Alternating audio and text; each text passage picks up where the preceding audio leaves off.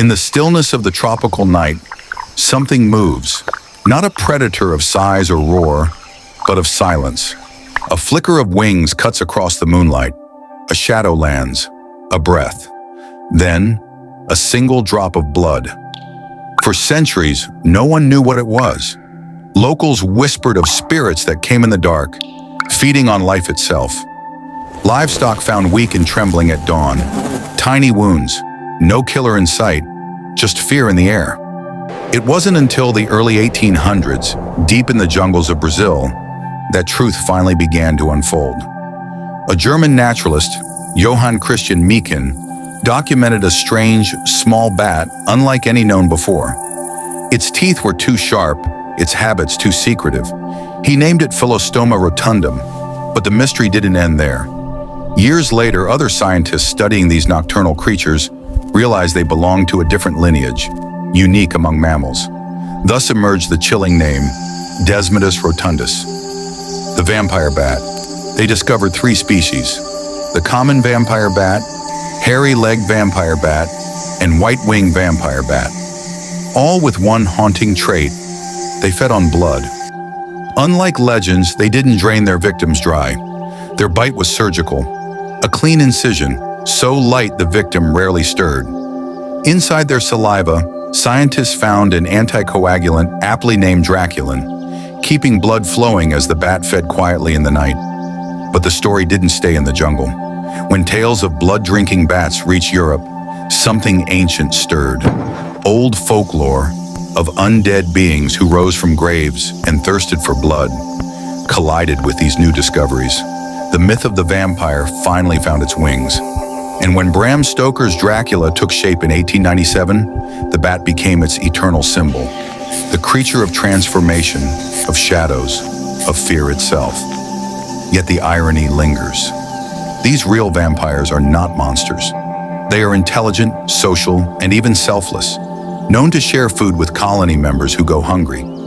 Still, in the echoing dark of a humid rainforest, when wings rustle and animals stir, it's hard not to feel it, that shiver down your spine, that pulse in your throat, because somewhere out there, in the midnight air, the legend lives on. A heartbeat, a whisper, a shadow on the wind.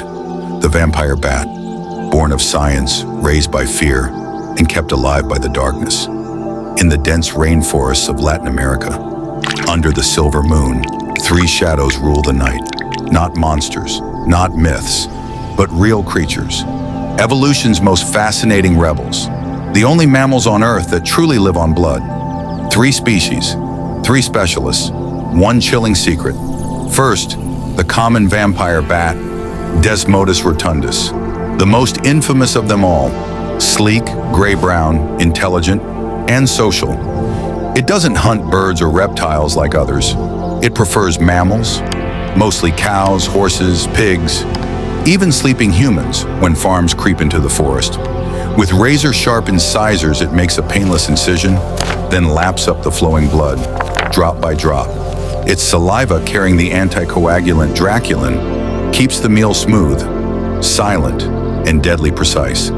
Then comes the second, the hairy-legged vampire bat, Diphila ecodata, more reclusive, more primitive. Found deep in forested caves from Mexico to Brazil, it doesn't go after livestock, it hunts birds.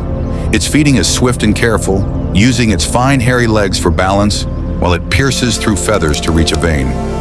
The heartbeat of its prey is its guide. It listens before it bites. And finally, the rarest of the 3, the white-winged vampire bat, Daemus youngi, a ghost of the canopy.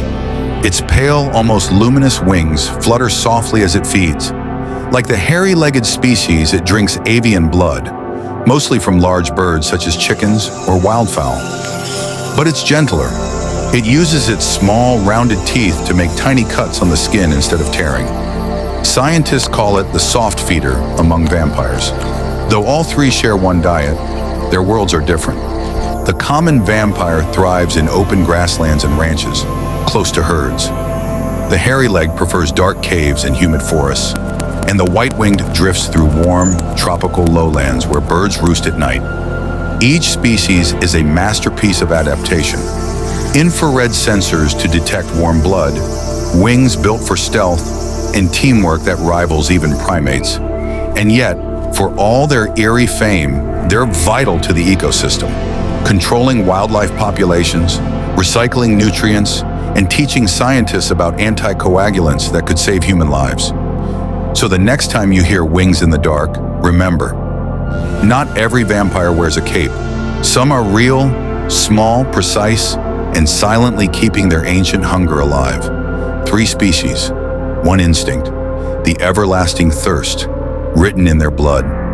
In the deep silence of a tropical night, the air thick with mist and moonlight, a shadow stirs, no roar, no growl, only a faint flutter. The vampire bat begins to hunt. It doesn't chase, it waits, listens. From the treetops or the hollow of an old cave, it spreads its delicate wings and glides, noiselessly, like smoke through the darkness. Every movement is calculated, every heartbeat nearby, detected. These creatures are masters of stealth. Their flight is almost completely silent, thanks to flexible wing membranes that muffle sound. They land gently on the ground, not directly on their prey. Then, like a careful thief, they crawl, yes, crawl, using their wings as forelimbs, moving with astonishing grace toward their target. And then, they see the invisible.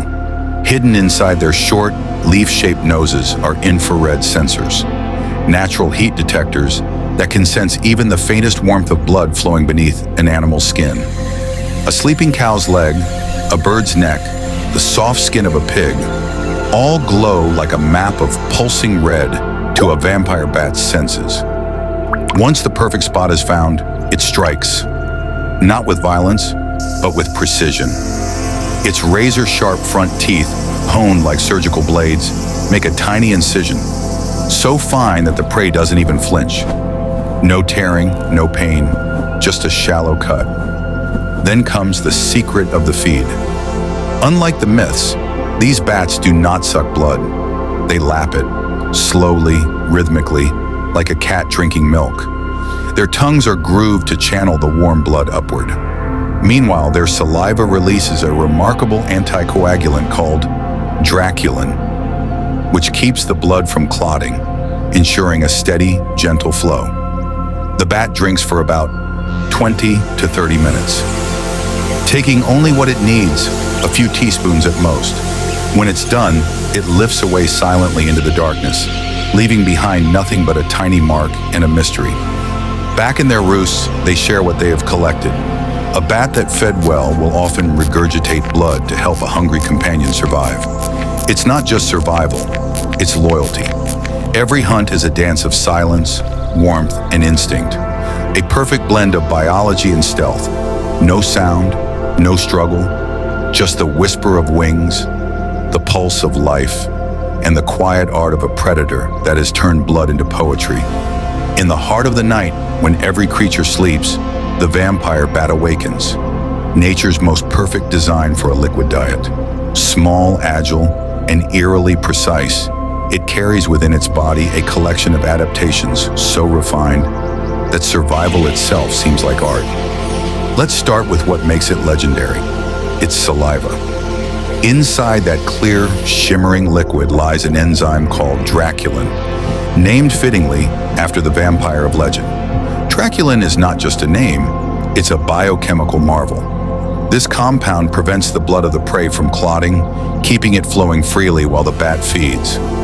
Scientists have even studied it for stroke and heart treatment because it works better than many man-made anticoagulants. Nature once again outsmarting invention. But what happens after the feast? A creature that drinks only blood must be built differently, and the vampire bat is exactly that. Its stomach isn't designed to digest solids. It's a specialized storage and filtration system for liquid. The stomach walls are thin and highly vascularized, absorbing plasma quickly and allowing the bat to excrete excess water within minutes. This rapid process keeps the bat light enough to fly even after a full meal. What remains is the rich protein and iron it needs for energy. Its immune system is another marvel. Living off blood means exposure to countless pathogens, viruses, bacteria, and parasites. But vampire bats have evolved powerful immune defenses with genes that produce robust antiviral responses. Their systems neutralize harmful microbes before they can cause disease, a survival necessity for a creature that feeds directly from other animals. And then there's their rhythm of life. Every night, just after dusk, they begin their silent sorties, covering distances of up to 8 kilometers in search of prey. They navigate using echolocation, mapping their surroundings with sound waves invisible to the human ear. Once they feed, they return to their roost before dawn. Caves, hollow trees, or abandoned buildings, where hundreds rest together in tight clusters. During the day, they sleep, but even rest is strategic. Vampire bats are masters of energy conservation.